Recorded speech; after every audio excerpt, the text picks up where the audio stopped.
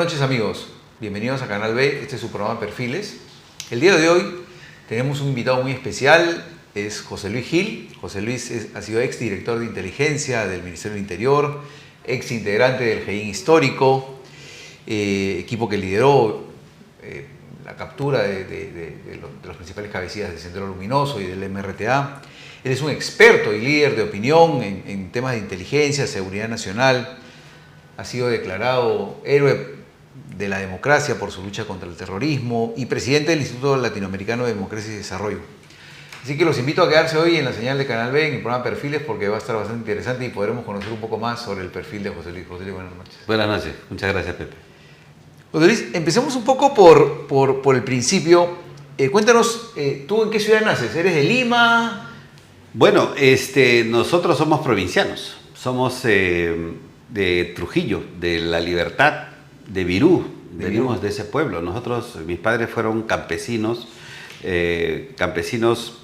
arrendatarios, ellos eran, guardianes de una hacienda, ¿no? Y como en aquellos tiempos tenían muchos hijos, mi madre tuvo 9 hijos, pero ahora solamente quedamos 4, ¿no? Pero provenimos de esta situación del campesinado, en el que mi padre era capataz de los campos allá agrícolas en Trujillo, ¿no? Luego, lamentablemente, él falleció cuando yo tenía 4 meses de nacido, ¿no? Y tuvimos que venirnos a Lima, y lamentablemente en Lima pasamos por la peor crisis y la pobreza más extrema que nosotros habíamos podido conocer. Pero nos hemos levantado, claro, ¿no? Sí. A pesar de todo, ¿no? Y bueno, ahí se nuclean con tu madre y con tus hermanos. Y ustedes, con tu mamá y tus hermanos, ¿eran una familia de costumbres muy arraigadas? Sí, costumbres arraigadas, por ejemplo, en la comida, ¿no? En la comida, mi padre y mi madre, que eran campesinos, pues estuvieron muy ligados al tema básicamente de la comida, ¿no? Porque incluso tenían negocios de venta de comida. Todos hemos salido a cocineros, yo incluso hasta ahora hago bastante temas de cocina. ¿Tienes a tu madre viva? No, ya ella falleció hace 4 años, ¿no? En el mismo año, eso fue una tragedia para nosotros, falleció mi madre y mis 2 hermanos mayores, ¿no? En un mismo año, eso nos generó una situación de pena muy profunda, ¿no? Claro. Bueno, ella era el ícono de nuestra vida de esfuerzo y de trabajo, ¿Y ¿no? cuando piensas en tu madre, qué es lo primero que evocas? ¿Qué recuerdo arraigado tienes de ella? Bueno, creo que ella, a pesar de no haber tenido estudios, que era una mujer iletrada, como muchas mujeres del campo, tenía una filosofía natural, ¿no? Tenía frases muy naturales. Por ejemplo, decía, nunca te acostumbres a lo que no es tuyo y a lo que no va a durar, porque lo tuyo, aunque sea de tocuyo, y lo ajeno ni de tu madre es bueno, decía, ¿no? Cosas así que creo yo recuerdo casi todos los días. Sí. Tenía muchas palabras, frases, ¿no? Es un poco el legado filosófico que te dejan tus padres, ¿no? ¿Y hoy actualmente estás casado? ¿Has formado alguna familia? Sí, bueno, tengo mi esposa y un niño de 12 años en segundas nupcias, y somos una familia bastante feliz. Tenemos muchos proyectos. Mi esposa también es una profesional excelente, y trabajamos duro en casa, ¿no? ¿Y te consideras un padre engreidor, comunicativo, o eres más bien parco seco con tu hijo? Fíjate, durante los años que yo pertenecí al Grupo Especial de Inteligencia, que tuve también hijos en esta época, yo no pude criar a mis hijos porque me iba de viaje, estaba siempre en operaciones, en investigación. Entonces prácticamente no estuve con estas familias. Pero hoy que tengo este niño, hace 12 años que tengo a mi hijo Sebastián, yo lo crío desde el primer día. Entonces estoy aprendiendo a ser papá siendo ya un hombre mayor, ¿no? Sí. ¿Y qué rasgos, por ejemplo, identificas en Sebastián que están muy presentes en ti, por ejemplo? Bueno, criándose con 2 papás mayores, porque mi esposa también es mayor, ¿no? Él ha aprendido mucho de nuestras cosas. Él tiene el temple, es un chico bastante persistente, ¿no? Bastante estudioso. Claro. Para su mamá Para mi esposa los temas de la educación y de la escuela no son negociables de ninguna manera. De ninguna manera. Y para mí la disciplina no es negociable de ninguna manera, ¿no? O sea, Sí, entonces sí, él sí, tiene sí, un poco sí, de esto, de eso, ¿no? de Estas eso. cosas, sí. Bueno, ahora ya sabemos un poco de tu familia, de tu niñez. Vamos a preguntarnos ahora quién es José Luis Gil. O sea, vamos a abordar un poco tu perfil personal. Y quisiera preguntarte, en cuanto a tu personalidad, ¿tú te consideras una persona teórica? Una persona, por ejemplo, que tiende mucho a analizar, a sintetizar, a buscar la racionalidad y la objetividad en las cosas, en los hechos. Lo que pasa es que yo, a través de mi experiencia profesional y personal, creo que hay una comunidad perfecta entre la teoría y la práctica, ¿no? O sea, no puede ser que alguien sea tan solamente teórico y no puede ser que solamente haya pragmatismo. Mi forma de ver las cosas es que las dos cosas están unidas. O sea, soy un hombre, por ejemplo, en la policía, era un hombre muy operativo, pero también estudioso, ¿no? Era muy, a veces indisciplinado, pero también era gente que podía ayudar a crear estrategias. Entonces, creo que esta combinación entre la teoría y la práctica es algo que me define, ¿no? Y dentro de esa mezcla del pragmatismo y la parte teórica que hablas, ¿te es fácil, por ejemplo, librarte de tus emociones para lograr un objetivo o para alcanzar aquello que consideras necesario? Esta es una práctica natural en aquellos que abrazamos no solamente la carrera policial, sino la inteligencia.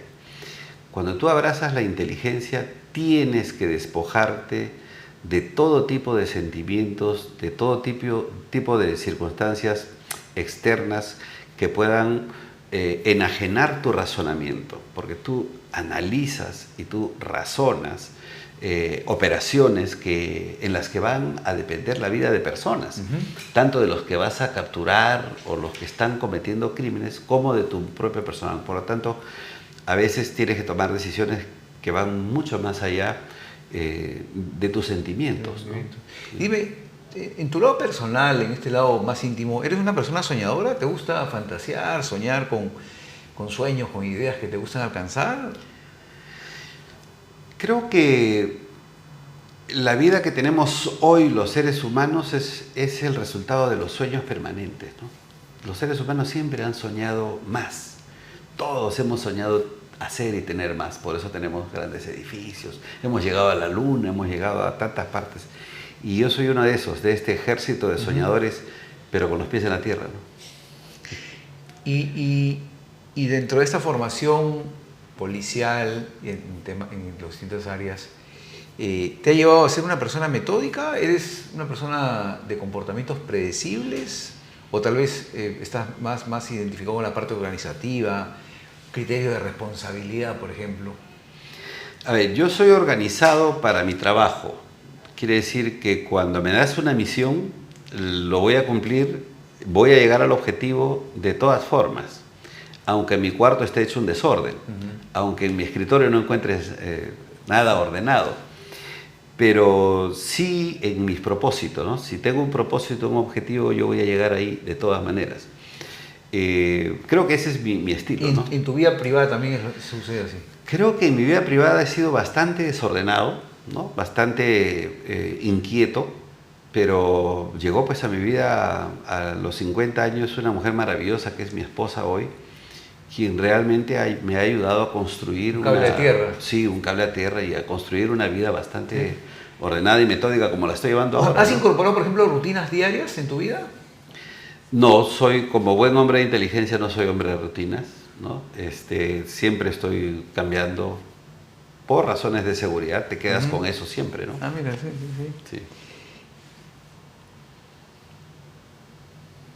¿Cómo manejas esta impulsividad natural que tenemos todos los seres humanos? ¿Eres, por ejemplo, has logrado dominar esa impulsividad, estas de reacciones rápidas? El trabajar en inteligencia te mantiene muy alerta. A veces eso puede ser lo contrario, ser impulsivo, ¿no? ¿Cómo has manejado esos aspectos? Bueno, la inteligencia te permite tener un control de las emociones para las circunstancias más complejas, por ejemplo, sí tienes que razonar de una forma totalmente despejada de sentimientos y tienes que realizar una tarea en inteligencia. Y al momento que vas a ejecutar una operación, tienes que despojarte del temor. O sea, tienes que aprender a dominar tus emociones. La gente que te acompaña reconoce eso, reconoce el aplomo, reconoce que eres una persona que puede estar en las situaciones muy complejas. Para darte un ejemplo simple, ante un terremoto o un temblor yo no me asusto. Claro. Yo soy muy racional, busco una salida adecuada, sin mayor... No me ves a mí saliendo, gritando, desesperado, ¿no? Soy el que mantengo a veces el equilibrio en la familia, ¿no? Con ese tipo de actitudes bastante razonables, ¿no? ¿Esta disciplina te ha ayudado a desarrollar, por ejemplo, esta virtud de la prudencia? Sí, en mi vida profesional y no en mi vida personal, porque a veces, puedo hacer una broma de mal gusto sin darme cuenta, Claro. ¿no? ¿Por qué? Porque estás en el espacio no profesional. Estás en el espacio de la familia, de los amigos, dices pachotadas. Claro, uno se saca el saco y se pone otro... Sí, a veces puedo ser imprudente, hay que reconocerlo. No soy una perita en dulce, pero en la parte profesional sí soy muy cauto, muy prudente, pero no para no hacer las cosas, sino para avanzar en el trabajo, ¿no? En el objetivo que se tiene, ¿no? ¿Y cuánto de aventurero tiene José Luis? ¿Tienes un espíritu aventurero? Sí, por supuesto. Yo hasta hace 10 años, 12 años que estoy casado, yo cogía mi mochila y me iba, ¿no? Me iba y puedo irme a la puna, a la selva, resistir calores insoportables, como... ¿Te gusta vivir las cosas de primera mano, o sea, experimentar sensaciones? El hombre de inteligencia tiene que experimentar, tiene que vivirlo, no puedes conocerlo solamente por los libros o por la tele o por el teléfono. La experiencia es lo más importante. ¿Y hoy sigues viviendo con la misma intensidad que vivías antes? ¿De otra manera? Creo que sí, porque antes todas estas emociones fuertes de viajar, de ir a diversos lugares, los hacía solo. Ahora lo hago con mi esposa y con mi hijo. A mi hijo le gustan los deportes de aventura, a mi esposa le gusta algo que yo le he prohibido, le digo por favor no, ella quiere hacer parapente, me tiene loco con eso. Entonces sí, estoy dispuesto, pero a hacerlo en familia. Creo que en esta parte de mi vida, sé que no tardíamente, le dedico bastante tiempo a la familia. Sí, qué bueno. y hacer las cosas que nos gustan. Vamos de viaje, nos quemamos al sol, nos vamos de crucero, trabajamos duro. Y dime, ¿no? ¿y te consideras una persona alegre? ¿Eres bromista? ¿Eres sociable, por ejemplo? Sí, me dice mucha gente que a veces no se me ve tan sociable, siempre me ve serio. Bueno, sí, pues los temas son serios, los que hay que hablar. Pero soy muy bromista, soy una persona con bastante ganas de estar riendo siempre. ¿Te gusta estar rodeado de los amigos? ¿Aprecias mucho, por ejemplo, la amistad de tus amigos? Sí, tengo muy pocos amigos, ¿no? Porque uno se vuelve bastante prudente, uno comienza a reconocer, y eso hay que decirlo con honestidad, que a veces la gente no se te acerca por amistad, sino por interés. Sí, pues es verdad. Y eso hay que saberlo también diferenciar. No ando corriéndome de todo el mundo, pero cuando estoy con los muy pocos amigos que tengo, me divierto muchísimo, nos divertimos muchísimo. ¿No? ¿Te gusta la música? Sí. ¿Sí? ¿Y qué canción, por ejemplo, te hace pensar en los momentos más felices de tu vida, por ejemplo? ¿Qué? Nessun Dorma, por ejemplo. ¿Sí? No soy un aficionado a la música clásica. No soy experto, pero sí, soy un apasionado de Mozart, un apasionado de Bellini. O sea, hay cosas que en la música clásica que me encantan, como me encanta, por ejemplo, la Fania All Star y sus conciertos de los años 70 en el África. Soy admirador de Celia Cruz. O sea, me gusta lo clásico, todo lo que sea clásico antiguo, tanto la música clásica como el son, el bolero son, Claro. ¿no? Que son temas, son cosas que a mí me emocionan mucho, ¿no? no estoy muy acorde ahora con la música contemporánea, no la conozco muy bien, pero sí vivo de estos recuerdos, ¿no? Y tengo mis momentos de soledad, ¿no? Con mis audífonos. ¿Disfruta de tu nostalgia?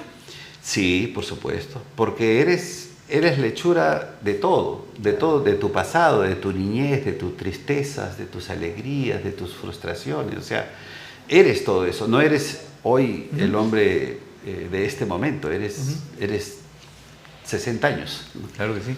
Tú, y pasando un poco a tu parte profesional, tú eres agente de Policía de Investigación del Perú. Sí. De la escuela. ¿Y cuál fue la motivación que te lleva a vincularte con la Policía de Investigaciones? ¿Cuándo surge ese interés o esta vocación por la carrera que sigues? Mira, yo creo que fue el cruce de dos historias muy importantes, interesantes para mí y para mi vida personal, ¿no? Yo, en principio, quise ser sacerdote, ¿no? De tal forma que la iglesia donde yo me desarrollaba daba conferencias, era guitarrista, estaba en el coro, me gustaba mucho eso. Y cuando decido ya tomar los hábitos, para ser sacerdote, me llama un sacerdote, me acuerdo, Monseñor Hugo Garaycoa, que ahora es Monseñor, en ese tiempo era párroco. Y me dice, José Luis, ¿se puede servir a Dios siendo abogado, ingeniero, médico, hasta siendo policía? Pues me dijo así, ¿no? Al siguiente año posterior a la policía ingresé. Y lo otro que se cruzaba era la pobreza, porque no te permite soñar la pobreza. Claro. A ver, te permite soñar, pero no cumplir tus sueños. Yo hubiera querido ser abogado, hubiera querido ser diplomático, hubiera querido ser músico, pero tenía que sostenerme. Y me gustó la policía, ¿por qué? Porque como vivíamos en un callejón en el Agustino, donde todos los días los pips, los rayas, entraban y se llevaban a los criminales, se robaban la leche que nos dejaban en la puerta de la casa, ese sentimiento de injusticias y de justicias y de servicio a Dios creo que fue tornando en mí una idea, ¿no? Que la única forma en la que yo podía servir en general era desde la policía, ¿no? Y abracé la carrera hasta hoy y creo que volvería a hacerlo, ¿no? Ah, mira, qué bonito, qué bonito. La PIP obviamente fue creada oficialmente en el año 1922, ¿no? Y siempre una de las principales funciones es desarrollar labores en materia de investigación criminal. Sí. Desde tu experiencia y desde tu vocación, ¿cómo defines la investigación criminal? Bueno, la Policía de Investigaciones y en general la policía ha generado a través de los últimos 100 años ciencia policial. La ciencia policial, en términos generales, ayuda a descubrir el crimen, ayuda a frenar el crimen, con todas sus actividades, las investigativas, las de inteligencia, las preventivas, ¿no? Pero a la vez se ha desarrollado en el país la ciencia jurídica. El problema que hoy tenemos es que hay una ciencia jurídica que quiere posicionarse sobre la experiencia de 100 años de la ciencia policial. Y yo estoy contra eso. Creo que la investigación policial, el pesquisa, el hombre que busca la prueba, la evidencia, es algo que no lo hace un abogado que es un fiscal, que tiene otra misión. Tienen que haber pesquisas, tienen que haber esos hombres que entran a los bares, que entran a los antros, que conversan, que tienen fuentes, que reclutan, o sea, el investigador nato, el detective antiguo. Esa estrategia en la cual se interrelacionan el papel de la víctima, el delincuente y el delito, ¿no? O sea, porque creo que ese conjunto de factores te deberían llevar de una otra manera al conocimiento de la verdad, ¿no? Así es, te debe llevar hacia el conocimiento de la verdad, pero además ha generado dos hechos entre la corriente investigativa, que es la sorpresa y la oportunidad. Solo el policía conoce esas circunstancias. Ah, mira, la sorpresa y la oportunidad. La sorpresa y la oportunidad, que además es parte de las estrategias chinas y las estrategias de guerras antiguas, son lo que sostienen a la policía. Si alguien hace que la sorpresa y la oportunidad no funciona la investigación. Y aquí es cuando tenemos problemas con el Ministerio Público, porque la policía necesita tener el espacio de sorpresa y oportunidad, que no la tienes cuando tienes a una persona que está sobre ti, y pidiendo que eso se desarrolle. Es bastante complejo. Mira, qué interesante. ¿No? Sí. Así es. Y dime, y en tu vida como investigador, por ejemplo, ¿recuerdas algún caso donde, o algún caso, algunos casos donde tú, por ejemplo, hayas podido hacer confluir estas dos cosas, como es la oportunidad y la sorpresa?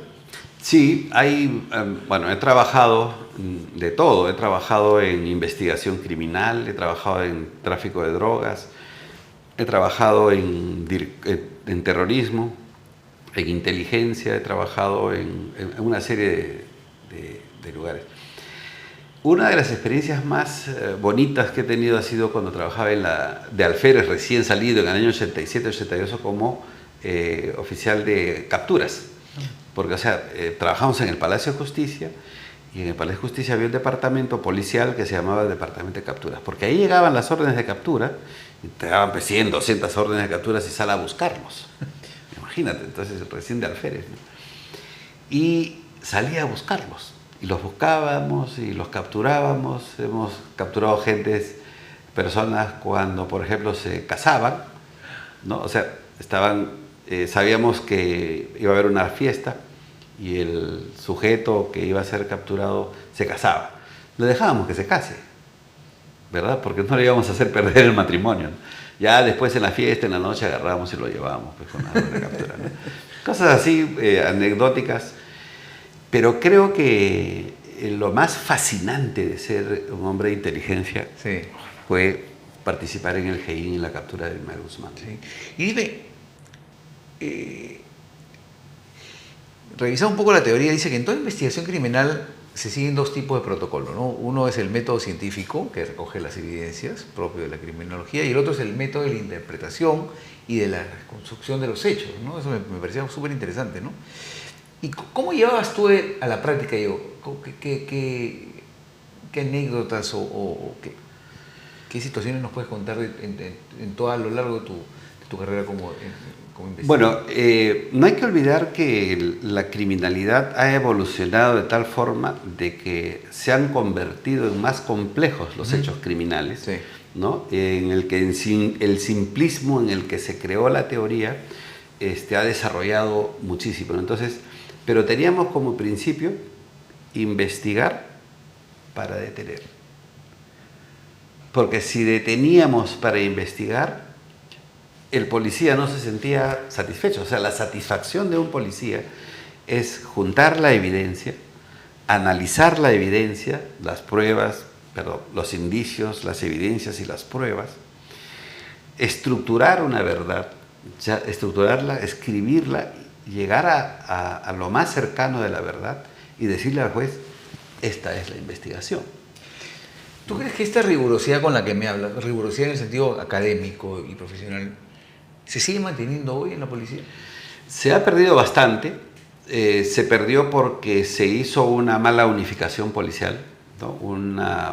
Si bien es cierto el concepto de unificación era necesario, pero la forma civil, policía de investigaciones y guardia. Agrupar las tres policías fue un error de la manera como se hizo, porque yo hubiera preferido que sea a través de un proceso que hasta ahorita no termina.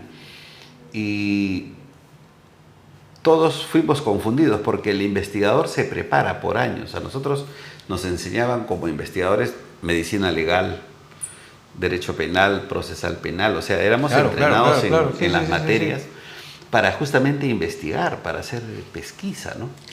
Pero eso se acabó porque, mira tú, yo terminé trabajando en el penal de mujeres en el servicio de rancho, preparando comida para los presos. O sea, ¿cómo es posible que un experto en temas de inteligencia termine en el penal? O sea, esas incongruencias, expertos en inteligencia hoy tú los ves en tránsito. Expertos en inteligencia los ves en unidades que no tienen nada que hacer. Algunos van por necesidad. ¿Por qué? Dice, por ejemplo, ¿no? Si un oficial no es comisario, no asciende. Y este hombre de inteligencia, que ha sido toda la vida hombre de inteligencia, tiene que ir a ser comisario. Y lo sacas de su especialidad para que cumpla con las normas. Claro, una labor distinta, ¿no? Tú te graduaste en el 87 como licenciado en Administración y Ciencias como Policiales. alférez, sí. Claro. Sí. Y tienes una mención en pesquisa y lo mencionaste hace un momento, ¿no? Una mención en investigación criminal, perdón, en Estado Mayor creo que tengo una mención, sí. ¿Y cómo se entiende la pesquisa en el mundo de la criminalística? El pesquisa es el hombre, es el sujeto, es el investigador, es aquel que desarrolla habilidades y tiene cualidades para olfatear el delito, para obtener evidencias, sí, para ver lo que los demás no ven, ¿no? Por ejemplo, si hay un homicidio, ¿no es cierto? Y normalmente cuando hay un homicidio en la calle, la gente ¿qué hace? Se para alrededor. ¿Quién es el pesquisa? Aquel que naturalmente está mirando al público, porque a veces dentro del público está el criminal, o están los testigos, o están los implicados. Entonces, pero esa visión no la tiene cualquiera, la tiene alguien que lleva adentro la investigación, que quiere descubrir la verdad, que su vocación es descubrir la verdad, que ese crimen le parece raro. O sea, es verdad, o sea que es cierto eso de que el asesino vuelve a la escena del crimen. En algunos casos. Por ejemplo, el caso del coronel Reboredo, que ha sido, este coronel extraordinario oficial, que ha sido designado ahora como jefe de investigación criminal en Trujillo, Sí, claro, ¿no? Es un poco contemporáneo conmigo. Yo me acuerdo que una investigación que hicimos separados, porque él trabajaba en investigación criminal y yo en terrorismo, nos encontramos en un trabajo y sentados en un parque una noche en una provincia me dice, él era jefe de homicidios y me dice, jefe, me dice, los muertos te hablan, me dice. O sea, él descubre homicidios, ha descubierto cientos de homicidios, eso es muy bueno. Llega finalmente a pensar, ¿no? Dice, los muertos te hablan. Quiere decir que el muerto te deja evidencias, dice, ¿no? Busca por acá, busca por allá, dice, ¿no? Hay una relación entre el que lo investiga, en que hace la investigación y el caso, ¿no? No se llega a comprometer, como el terrorismo, por ejemplo, a mí me apasiona investigar terrorismo y leo, sí, ¿no? Es bien interesante. Decían que las evidencias de un crimen se consiguen siguiendo la línea de las manecillas del reloj, ¿no? Sí, bueno, hay una serie de técnicas, pero hay una que es una mención especial de la que hablaba Edmund Locard, por ejemplo. Decía, el tiempo que pasa es la verdad que huye. Por eso que cuando había un crimen o un delito que investigar, nosotros íbamos en el acto. Sí. ¿Por qué? Porque el tiempo que pasa hace que las evidencias se pierdan, que las evidencias puedan desaparecer, que el criminal tenga tiempo para poder desaparecer o deshacerse de las cosas, que la misma naturaleza borre, por ejemplo, las huellas, porque el tiempo que pasa hace que la prueba se vaya, ¿no? Entonces hay una serie de cosas como esta, como el tema de las manecillas del reloj y la escena del crimen, por ejemplo, ¿no? Cómo se hace un registro de la escena del crimen. Hay método de cuadros, método en espiral, método de barrido, de peine, o sea, para que los pesquisas encuentren las evidencias, hay métodos, ¿no? Que los investigadores, los policías, es la ciencia policial, ¿no? Dime, ¿y cómo de la ciencia policial, de la criminalística, pasas y comienzas a explorar otros aspectos vinculados, por ejemplo, con tu maestría en gestión pública, en la cual has estado desarrollando? ¿Qué razones te llevan a seguir una maestría en gestión pública? ¿Cómo vinculas la parte pública, no sé si decir la política o las políticas públicas, con esta formación tan arraigada que tienes en temas de investigación criminal? Bueno, porque yo creo que el crimen no está desligado de la sociedad, ni de la política, ni de la gestión. Como tú has podido leer, yo he sido director general de inteligencia, o sea, fuera de la policía, porque la Dirección General de Inteligencia es de pronto uno de los cargos más altos en inteligencia en el país, aparte del director de la DINI. Y entonces es administración pública y requieres tener ciertas especialidades para poder administrar justamente la investigación de los crímenes o de las amenazas al país, ¿no? ¿No? Entonces, sí hay esta unión, sí hay este matrimonio entre el crimen y la política, ¿no? Mencionabas tú tu paso, tú fuiste director general de inteligencia en el Ministerio del Interior. ¿Cuáles fueron los principales retos que tuviste durante esa gestión, esa experiencia, en esa posición? ¿Qué era lo más importante que reto o objetivo que te habías puesto de tu perspectiva personal, de tu vocación de servicio? Lo que yo creo es que nos falta conocer la verdadera dimensión de las amenazas al Perú, a la seguridad del país. Cuéntanos un poco de eso. Entonces, yo conocía una dimensión, la dimensión del terrorismo. Conocía algo de narcotráfico y conocía algo de delitos de derechos intelectuales. Pero cuando tú llegas a ser director general de inteligencia, te das cuenta de la magnitud y descubres que hay pues muchas, no descubres, sino se consolida la idea de que hay 10 amenazas y eso requiere de 2 temas fundamentales. Uno, que tiene que hacerse un análisis estratégico de las amenazas para poder orientar de manera correcta a los decisores, que son los políticos, incluso a los operadores de campo. Y también hay la parte táctica, ¿no? Nosotros dábamos soportes de inteligencia a las unidades de investigación de la policía, proporcionándoles gentes, equipo, lo que se requiera, vehículos. Entonces, la inteligencia del Ministerio del Interior es un soporte estratégico para la policía, para todos, finalmente, para migraciones, porque, por ejemplo, desde la Digimin hemos dado alertas de llegadas de personas que son peligrosas para el país. Desde la Digimin hemos descubierto, por ejemplo, gente de ISIS en el Perú, que se han detenido, ahí está la prensa. O sea, claro que sí. El análisis estratégico global de las amenazas al Perú es muy importante. Dime, ¿cómo ves hoy la seguridad nacional frente a los actores y el escenario político que vivimos? ¿Cuál es tu opinión? Bueno, la seguridad en el país está en UCI, ¿no? Porque si ya hasta antes de la pandemia la evolución de la criminalidad estaba más o menos en el 78% de sensación de inseguridad, de percepción de inseguridad. La pandemia aparentemente lo frenó, pero nosotros dijimos que eso iba a ser un disparo. A eso se ha sumado la macrocriminalidad que viene del extranjero. El país está rodeado de organizaciones criminales transnacionales. Por Brasil, Comando Vermelho y el primer Comando Capital, 2 grandes organizaciones criminales, más grandes y letales que el Tren de Aragua. Sí. Tenemos al Tren de Aragua, tenemos a los choneros y otros de Ecuador y las ex FARC y los ex ELN que hoy se han convertido en bandas criminales que están ingresando a territorio peruano. Ese nivel de criminalidad que está haciendo, entre comillas, match con la criminalidad peruana, nos está generando una tormenta perfecta de la criminalidad para el mediano plazo. ¿Y qué estamos haciendo nosotros?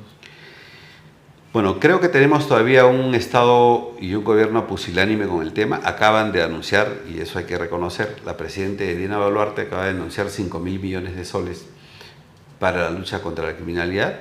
Bueno, están comprando patrulleros y está bien, pero creo que falta más, por ejemplo, en masificar la inteligencia, ¿no? Yo quisiera agregar un tema y que creo que, no sé si se aborda mucho, es el tema de la ciberseguridad, la seguridad digital. Porque sí, claro, la criminalidad la relacionamos mucho con los aspectos físicos, tangibles, pero la ciberseguridad, la seguridad digital a nivel de inteligencia, ¿qué estamos haciendo ahora para proteger nuestra seguridad nacional a partir de esas acciones? Bueno, primero que hay un poco de desorden en este tema, ¿no? Porque el ciberespacio en el país debería estar dividido en la ciberdefensa, que tiene que ver con temas de defensa nacional, y la ciberseguridad, que tiene que ver con el orden interno, ¿no? Esta comprensión, este esquema todavía no ha sido comprendido de manera correcta por ninguna de las fuerzas, ni por el gobierno, no lo entienden. Y esto no permite que los recursos vayan exactamente donde deben estar. La ciberdefensa es una cosa con la Fuerza Armada y la ciberseguridad es con la policía y el desarrollo de la inteligencia a través del tema de las redes. Pero eso no está siendo tomado en cuenta, siendo que el cibercrimen está desarrollando todos los días, ¿no?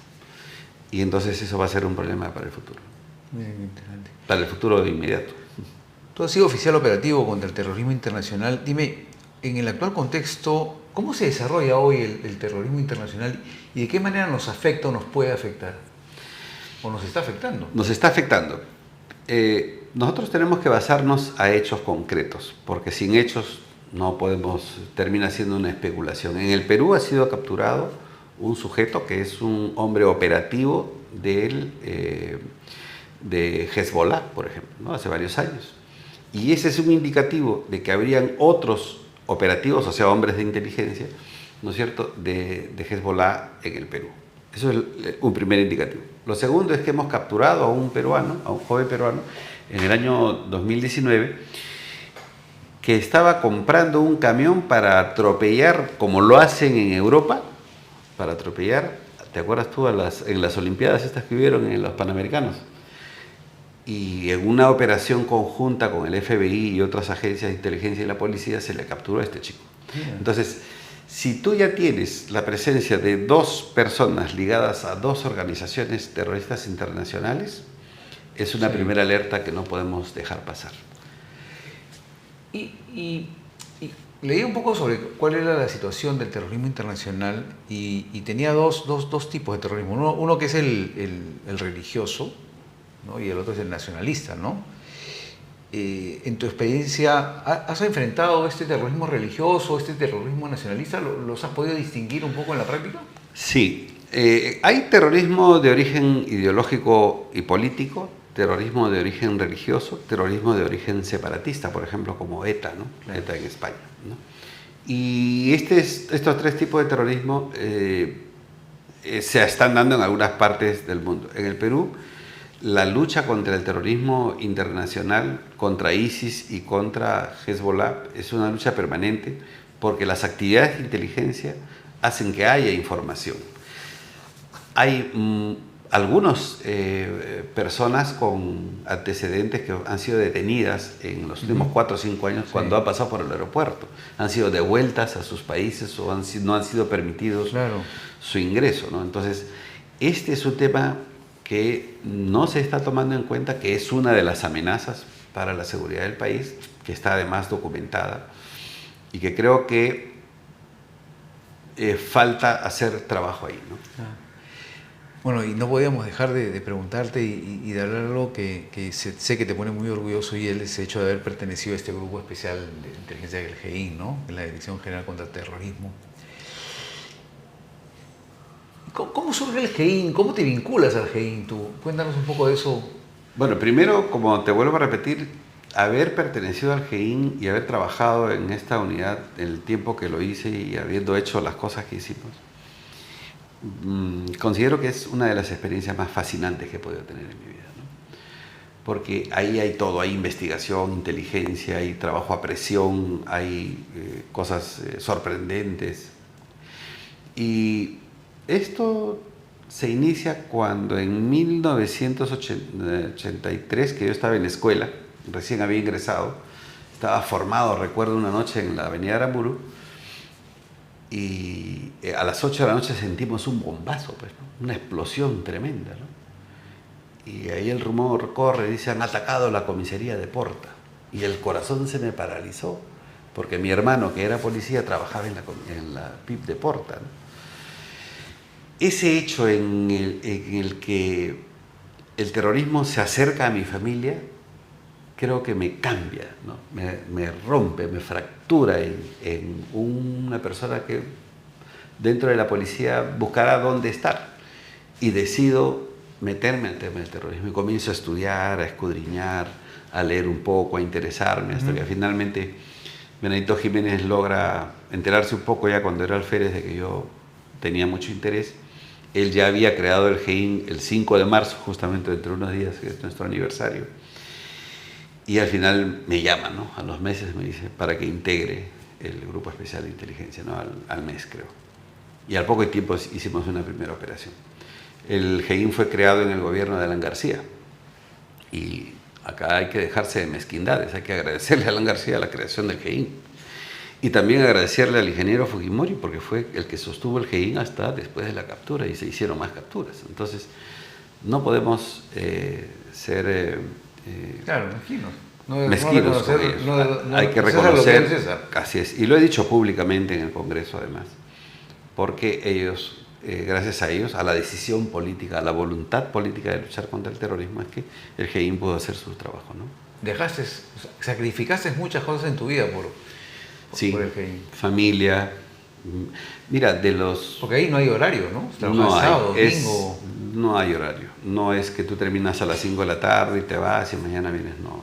Tú lo acuestas al objetivo y lo levantas.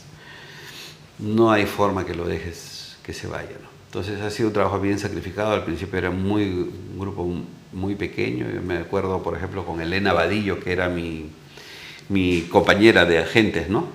En una vigilancia teníamos que comer mientras mirábamos la puerta, pero no nos alcanzaba la plata más que para comprar un menú, una sopa y un segundo. Así que ella comía la mitad de la sopa, me la pasaba, yo comía la mitad del segundo y me lo pasaba. A veces dejábamos el almuerzo tirado porque teníamos que salir corriendo detrás del objetivo, ¿no? Son esas experiencias, pequeñas vivencias que realmente te hacen... Dime, ¿cuán distinto eran las labores de seguimiento, por ejemplo, que hacías cuando estabas tras un objetivo de sendero luminoso del MRTA? ¿Tenían distintos procedimientos, distintas coberturas o era al final? Sí, yo creo que los comunistas de Sendero Luminoso eran diferentes a los socialistas del MRTA, ¿no? Porque esas son sus corrientes ideológicas y políticas. Los de Sendero eran mucho más disciplinados y cerrados, y los del MRTA eran más dispersos, eran más... mundanos, ¿no? Les gustaba la buena vida, ¿no? Pero los de Sendero Luminoso sí eran muy disciplinados. ¿No? Dentro de esa disciplina tenían desviaciones. Por supuesto, había uno que dormía con 4 mujeres diferentes durante una semana, ¿no? Como Deodato Juárez Cruzat, por ejemplo, ¿no? Que se acostaba con varias de las terroristas, ¿no? A Abimael, por ejemplo, le gustaba tomar vinos caros, y entonces eso obligaba a que todo el aparato se mueva para buscarle los vinos especiales y llevárselos. Entonces eso rompía su seguridad. Ese tipo de, entre comillas, liberalismo, como ellos le llaman, fueron sus principales errores, ¿no? Sí. ¿Qué recuerdos de la Operación Victoria, esta conocida como la captura del siglo? Tú tienes un papel muy importante. Bueno, sí, como todo mi grupo, ¿no? Creo que hicimos lo que nos correspondió hacer y dimos cada uno nuestras capacidades. Nosotros participamos con un pequeño grupo muy cerrado en la parte de la investigación previa, porque para que tú hagas inteligencia, ¿no es cierto?, tienes que investigar previamente para decir, miren, hemos encontrado todo esto, entonces corresponde que la operación se desarrolle. Entonces colocas vigilancias en torres, en calles y carros y mueves todo un aparato, pero tienes que investigar primero. Y esta investigación fue bastante cerrada, que tuvimos que ir a diversos lugares a encontrar documentos, a encontrar testimonios, a encontrar pequeños detalles que al final juntos construían la ruta por donde estaba Abimael, ¿no? Construimos esa ruta, ¿no? Entonces, con las detenciones que se hicieron, ¿no? Un paréntesis. En un momento, o yo lo que recuerdo es que no se sabía si Abimael estaba vivo, estaba muerto, era una leyenda urbana.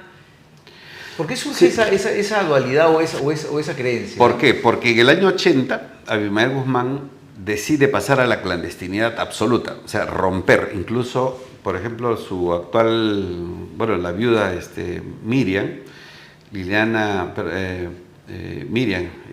Elena Iparraguirre, ella rompe con su familia, con su esposo, con la familia que tenía, ¿no? Rompe y se va a la clandestinidad y desaparece. Entonces, cuando alguien que está cometiendo tantos crímenes en un lugar desaparece, se comienzan a tejer mitos, ¿no? A tejer ideas, a tejer mitos, a tejer sombras. Entonces, la gente piensa que son fantasmas. Pero ese era un poco el valor de Benedicto Jiménez, de ser un hombre muy objetivo. Le decía, no, este no está muerto, porque si todos los documentos hablan del presidente Gonzalo, que es un líder para ellos, entonces quiere decir que la organización está viva, y si está viva la organización, está vivo el pensamiento. Decía, ¿no? Entonces, eso demostraba, o sea, nosotros teníamos que meternos por debajo de todos los mitos. Y lo que descubrimos que no era un mito, que estaba, o sea, no era un mito, pero que estaba encapsulado, o sea, no había forma de poder introducir a alguien ahí, no había forma. No ha habido, que yo conozca, infiltración no ha habido, porque ¿no? Para poderlos infiltrar requerías determinado nivel de conocimiento de la ideología. Si no, no podías, porque tenías que hablar el mismo idioma con ellos, ¿no? Y haber empezado desde abajo, ¿no? Aparte que tenían una estrategia para descubrirlos, ¿no? Sí. Claro, ellos manejaban unas reglas. Una de ellas se llamaba la vigilancia político-militar. Quiere decir que cada uno de ellos ha sido preparado para poder hacer vigilancia político-militar. Por ejemplo, si tú estás en mi grupo y tú te portas raro y hablas cosas diferentes a lo que estamos hablando, por vigilancia yo te acuso y le digo a mi jefe o al mando, le digo, este está sospechoso, ¿no? Y entonces el propio grupo comienza a seguirlo o a descubrir que entonces era difícil infiltrarlo, ¿no? Difícil, porque como todos estaban clandestinos, entonces, por ejemplo, si estamos todo el grupo clandestinos, tú no puedes desaparecerte. Porque todos estamos clandestinos y sabemos quiénes somos. Entonces, ¿tuviste la oportunidad de conocer a Abimael de cerca? Bueno, sí, Benedicto Jiménez me designó después de la captura de Guzmán para participar en su interrogatorio, ¿no? Para poderlo interrogar. Bueno, para mí fue un golpe tremendo, porque no esperaba que me designe para esa tarea, ¿no? Incluso me mandó a mi casa, me dijo, anda, descansa un día después de la captura, prepárate, porque hay que prepararse para interrogar a Abimael Guzmán, ¿no? Y eso hice, me encerré en mi casa, no hablé con nadie, no hubo fiestas, no hubo celebraciones, solamente a concentrarme en lo que iba a hacer, que era interrogar, porque era una persona que tenía en sus manos la muerte de 60.000 personas peruanos. ¿Y qué la sentiste cuando lo viste por primera vez? Bueno, uno tiene ganas de desaparecerlo, ¿no? Pero la racionalidad, ¿no es cierto?, el hombre de inteligencia, la necesidad de conseguir información estratégica para el futuro, es lo que te lleva a hacer al manejo de tus emociones en un nivel bastante complejo, ¿no? Porque estás ahí frente al hombre, frente al responsable de tantas muertes. Casi mató a tu hermano, además.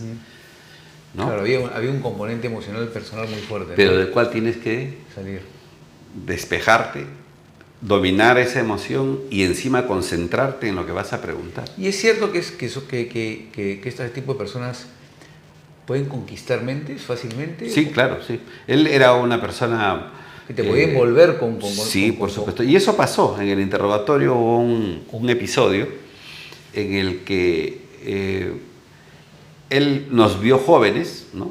Me vio joven, emocionado, haciendo las cosas, y en un momento de una pregunta que él hace, termina esbozando toda una teoría y al final me pregunta y me dice, ¿no es cierto usted qué dice? Entonces te voltea la pregunta. Entonces en ese momento él sintió realmente mi poder, porque me levanté, me acerqué a él desafiante y le dije, aquí las preguntas las hago yo, no las hace usted. Que quede claro. Entonces ya se dio cuenta de que no estaba con jóvenes oficiales emocionados, sino con gente que estaba preparada. Y ahí entonces sí lo tomó en serio, ¿no? ¿Cuánto nos dábamos cuenta? Porque nosotros sabíamos que sufría de psoriasis, y de una psoriasis que cada vez que tenía una emoción que él no podía controlar, se rascaba. Entonces sabíamos cuándo lo estábamos molestando, cuándo estaba inquieto, cuándo estaba realmente alterado. Y se podía alterar porque le estábamos descubriendo la verdad, se podía alterar porque se estaba dando cuenta que estaba siendo vencido, ¿no? Y él fue derrotado en el interrogatorio. Abimael Guzmán fue derrotado en el interrogatorio que se le hizo. Por eso, a los pocos días, después de pasar a la cárcel, plantea el acuerdo de paz. Plantea el acuerdo de paz y después plantea que el partido o la guerra, lo que él llamaba la guerra popular, ha culminado por derrota, decían. ¿Por qué? Porque en el interrogatorio le demostramos que su gente le había mentido. Él pensaba que eran millones de peruanos en guerra popular. Y nosotros le mostramos los documentos que no eran más de 7.000. Con números inflados, además. Entonces, él se dio cuenta que había sido timado por su propio partido, por su propia organización, ¿no? Que había sido engañado, que había estado llevando una guerra en el papel. Y ese entorno cercano al cual también estaba... También se le capturó. Sí, pues, varios se están capturan ahí en ese momento, ¿no? Claro, y otros que están muertos, que están en cárcel. O sea, él descubre que fue engañado, ¿no? Y en realidad todo el mundo... Es lo más sonado, la Operación Victoria, pero había muchos casos. Había el caso Issa, el caso Monterrico, el caso Caballero, sí. Son casi 13 operaciones, ¿no? 13 operaciones, sí. Y en el caso del MRTA, ¿qué es lo que más recuerdas? Bueno, el experto en este tema era el general Marco Miyashiro, ¿no? De pronto Marco Miyashiro es uno de los peruanos, conjuntamente con otro oficial que no voy a nombrar por razones de seguridad, son los hombres que más conocen del MRTA en el Perú. De Sendero, pero mucho más del MRTA. Las vivencias que ellos han tenido en el descubrimiento de la estrategia del MRTA es impresionante. Sí. Es impresionante, ¿no? Más mi especialidad ha sido Sendero, ¿no? Y puede ser un poco compleja la pregunta, pero ¿cuál es tu opinión sobre el papel que jugaron las Fuerzas Armadas en la lucha contra el terrorismo en esos años, en esa época dura? A ver, es un tema complejo, efectivamente. Creo que los que tomaron decisiones diferentes a las decisiones de la inteligencia han cumplido sus condenas, pero lo que no es hoy día, no es permisible es que esa persecución sea eterna. No podemos perseguir eternamente a quienes, equivocadamente o no, tenían una idea clara que tenían que defender al país. Era una guerra. Era una guerra. Creo que hay que empezar por eso, ¿no? A ver, yo no uso el término guerra porque esto tiene implicancias y por disciplina no lo digo como tal. Correcto. ¿Por qué? Porque decir guerra es aceptar que ellos le hicieron la guerra al Perú.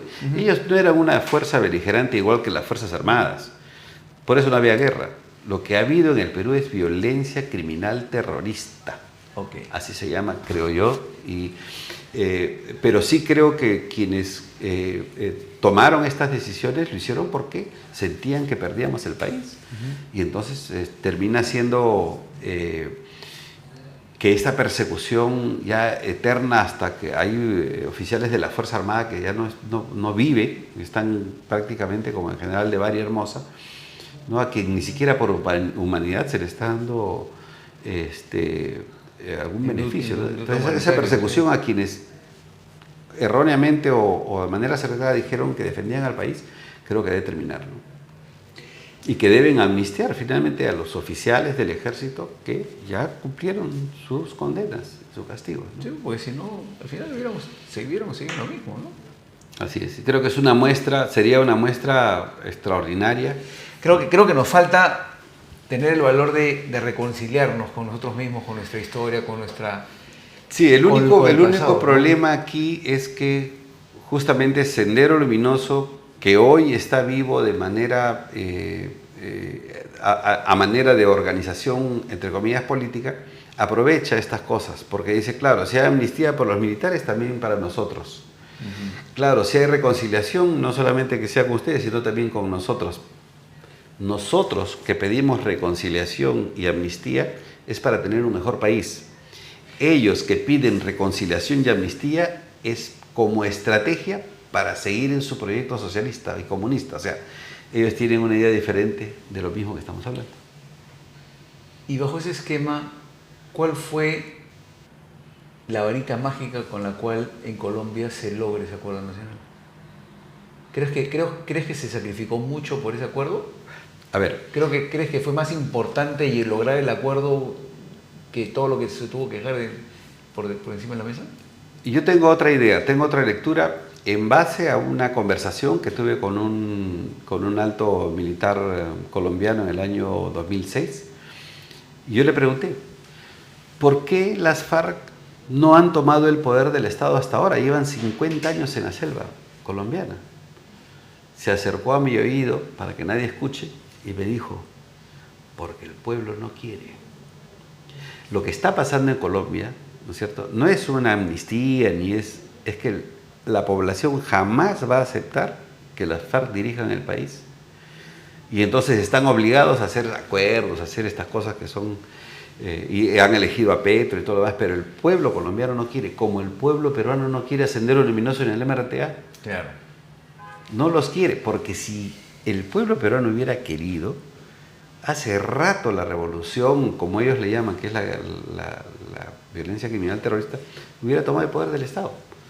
Entonces, el pueblo no quiere. ¿No? La voz del pueblo, la voz de Dios.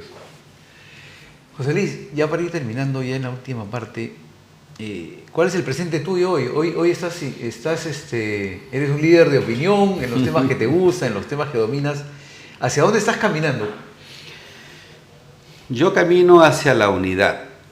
Yo creo, por mi razonamiento, que si no hay capacidad de hacer un bloque político con la suma de todas las fuerzas de todas las derechas, no va a haber forma de contener el embate que vamos a tener de las fuerzas de la izquierda y la progresía, lamentablemente. Si cualquiera de estos 40 candidatos, de los cuales seguramente 10 o 15 son de derecha, cree que él solo la va a hacer, yo le digo que no, que está equivocado. Y entonces, esa es mi labor hoy, es tratar de llevar el mensaje de unidad, que los partidos tienen que unirse, tienen que encontrar... A ver, ¿cómo es posible que la izquierda se concentre en sus coincidencias y la derecha no se concentre en lo que coincide? ¿En qué coincidimos? Paz, libertad, democracia, vida. Ellos se concentran y coinciden en guerra, en socialismo, en comunismo, en atentar contra la libertad. Entonces, es un contrasentido de que no haya unidad. Y esperar hasta el 2026, la verdad, es agonizante y no creo que le haga bien al país.